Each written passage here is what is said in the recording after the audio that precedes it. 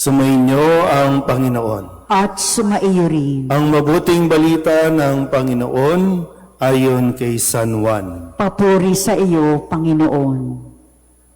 May isang Pariseo at pinuno ng mga Hudyo na nagngangalang Nicodemo. Isang gabi, siya'y nagsadya kay Jesus.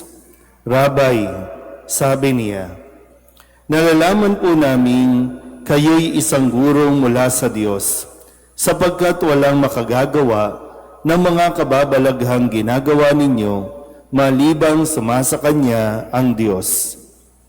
Sumagot si Jesus, sinasabi ko sa inyo, maliban na ipanganak na muli ang isang tao, hindi siya paghaharian ng Diyos.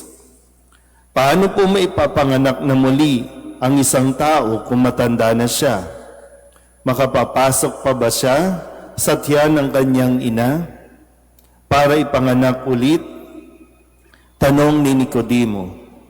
Sinasabi ko sa inyo, ani Jesus, maliban na ang tao'y ipanganak sa tubig at sa Espiritu, hindi siya paghaharian ng Diyos.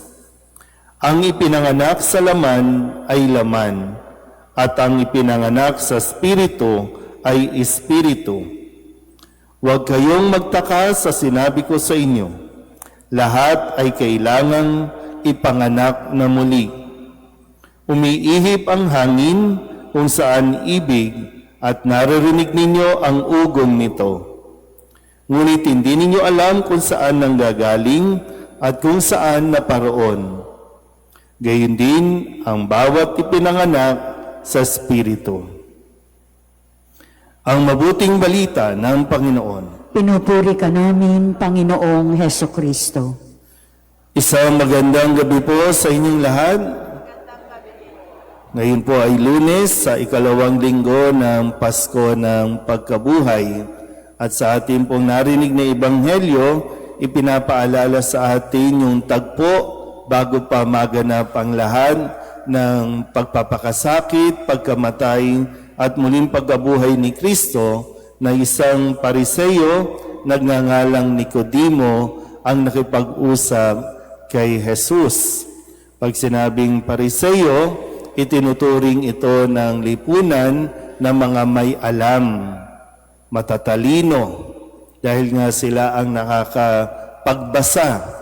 Hindi lahat ng panahong yon may kapasidad para makapagbasa o makapagsulat kasi kailangan mo ng isang guro na magtuturo sa iyo. Kaya iilan lamang silang matatalino. Pero dito po sa tagpong ito, nakikipag-usap siya kay Jesus dahil marahil naguguluhan siya. Na sa kabila ng katalinuhang taglay niya, hindi pa rin niya maunawaan ang mga nangyayari. Lalo tigit ang patungkol sa mga sinasabi ni Kristo, kung saan siya nanggaling at kung sino siya. Kaya nga ang paanyaya sa kanya ni Jesus ay hindi lang basta talino, kundi magkaroon ng pananampalataya. At higit na mahalaga ang pananampalataya kaysa sa kaalaman o karunungang natatamo natin. Dahil maraming mga tao ang matalino at habang tumatalino, lalong nagdududa kung mayroon nga bang Diyos. Dahil para sa kanila, o para sa mas marami, hanggat hindi nakikita, hindi paniniwalaan. Pero ang pananampalataya, tinatanggap natin kahit hindi nakikita. Kaya nga sabi dito, no, yung literal na pag-unawa ni Nicodemo, kailangan daw bang ipasok ulit sa tiyan ng isang ina para ipanganak ulit?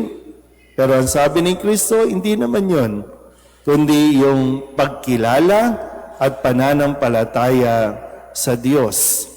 Kaya nga lagi, no, Pasko ng Pagkabuhay, inaasahan na mayroon ding nagbabago sa bawat isa sa atin. Kung hindi man 100%, at least unti-unti, taon-taon na pagdiriwang natin, may nagbabago sa atin.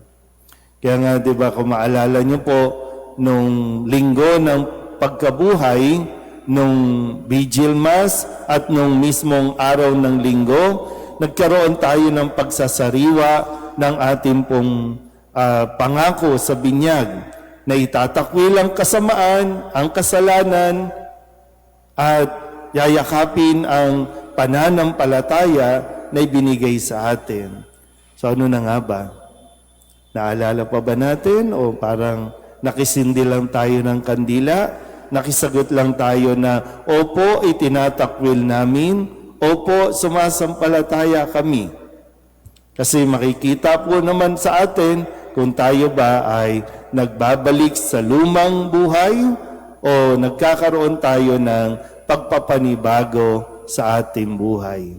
Yung mindset natin, yung pag-uugali natin, pagkilos natin, nawa ay mayroong bagong tayo, bagong nilalang dahil tayo po ay mga ipinanganak sa Pasko ng pagkabuhay.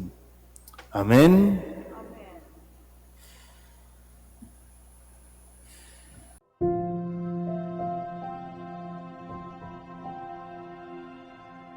Thank you.